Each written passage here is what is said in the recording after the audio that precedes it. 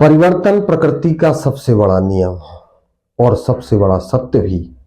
जिसने समय के साथ परिवर्तन करना सीख लिया वह सब कुछ सीख गया। नमस्कार मित्रों, मैं उपदेश जारोलिया आज ज्योतिष उपदेश चैनल पर आप सभी का हार्दिक स्वागत और अभिनंदन करता हूं। आज हम चर्चा करेंगे कन्या राशि के जातकों की और कन्या राशि के जातकों के लिए 2025 में क्या क्या शुभताएं प्राप्त हो रही हैं और क्या सावधानी बरतना है। यह विशेष कार्यक्रम आपके सामने प्रस्तुत है।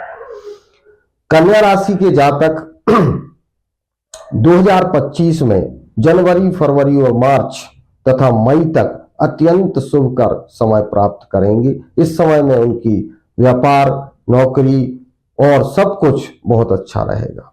परंतु मई माह में गुरुदेव का दशम भाव में गोचर आपके लिए थोड़ा सा समय परिवर्तित करेगा। इसलिए मैंने पहले ही कहा, समय के साथ हमें परिवर्तन करना अति आवश्यक है।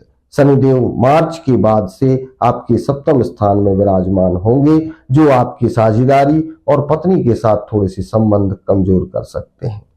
शनिदेव सप्तम दृष्टि से प्रथम भाव को आपके देख रहे हैं, जिससे स्वास्थ्य में भी परेशानियां हो सकती हैं। विशेषकर कमर के नीचे के हिस्से में आपको कोई विशेष कष्ट हो सकता है। यदि ऐसा हो रहा है तो आप तुरंत चिकित्सक को दिखाने का कार्य करें। परंतु ऐसा नहीं है। बहुत सारी चीजें जब हमें लगता है कि सावधानी बरतने वाली हैं या हमारे प्रतिकूल हैं, तो उसी समय हमारे अनुकूल भी बहुत सारे कार्य चलते हैं। ये बात सत्य है कि आपके व्यापार में मंदी आएगी, आपके कार्य में भी थोड़ी सी मंदी आ सकती है, परंतु इस समय गुरुदेव आपके धन भाव को बढ़ा रहे हैं। इस समय आर्थिक संचय का समय है। आप धन को बचा के रखेंगे और धन का संचय भी कर लेंगे, जबकि व्यापार में थोड़ी मंदी है, परंतु धन का संचय किसी न किसी तरीके से आपके जीवन में होगा, ये निश्चित बात है। साथ साथ आपके जीवन में सुख का कार्य, क्योंकि दशम भाव से गुरुदेव आपके सुख भाव को देखेंगे, माता के भाव को देखेंगे, भूमि भवन भाव को देखेंगे और गुरुदेव जहां दृष्टि डालते हैं उस भाव को निश्चित तौर पर बढ़ा ही देते हैं। इस समय आपकी माता का स्वभाव, माता का स्वास्थ्य अच्छा हो जाएगा। भूमि भवन वाहन भी आपके पास आएंगे और आप सुखमय जीवन महसूस करेंगे, जो व्यक्ति चाहता है।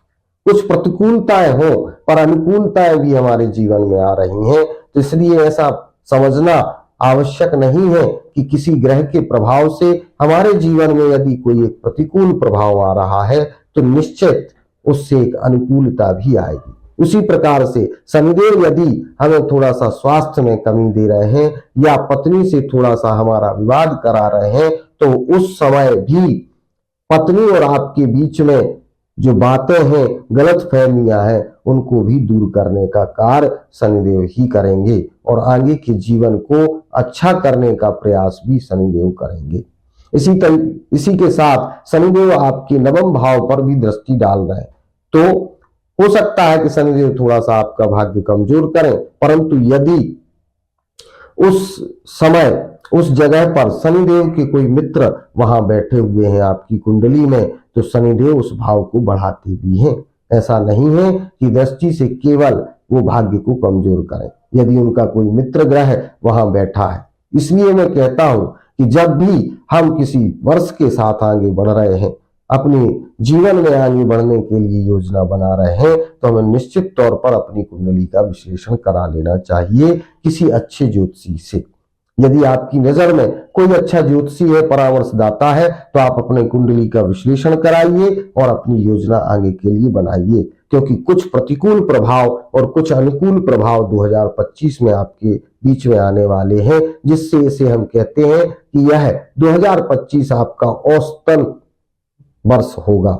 मतलब कुछ प्रतिकूलताएं भी आएंगी, कुछ अनुकूलताएं भी आएंगी और सामान्य जीवन के साथ आप सुखी मेल मिलाप के साथ यह 2025 व्यतीत करेंगे। परंतु यदि आप कुंडली विश्लेषण करके कुछ अच्छे उपाय ले लेते हैं और उनके साथ चलते हैं, तो निश्चित तौर पर प्रतिकूलताएं आपके जीवन की कम हो जाएंगी और आप पूर्ण वर्ष सुखमयता से निकालेंगे। यदि आपके पास कोई ज्योतिषी है तो उससे आप अपनी कुंडली दिखा लीजिए, नहीं तो ज्योतिष उपदेश चैनल के माध्यम से आप अपनी कुंडली का विश्लेषण करा सकते हैं फ्री ऑफ कॉस्ट। कोई चार्ज यहां से नहीं है। आप कमेंट में अपनी डेट ऑफ बर्थ और समय डालिए तथा अपना प्लेस डालिए। इससे हम आपकी कुंडली का विश्लेषण करके आपको उपाय बताएंगे और आपकी आगे की प्लानिंग भी आपको बता देंगे, जिससे आपका 2025 सुखमय हो, आनंद पूर्वक निकले और अच्छा जीवन आप व्यतीत करें। यही हमारी शुभकामनाएं हैं और इस शुभकामनाओं के साथ धन्यवाद।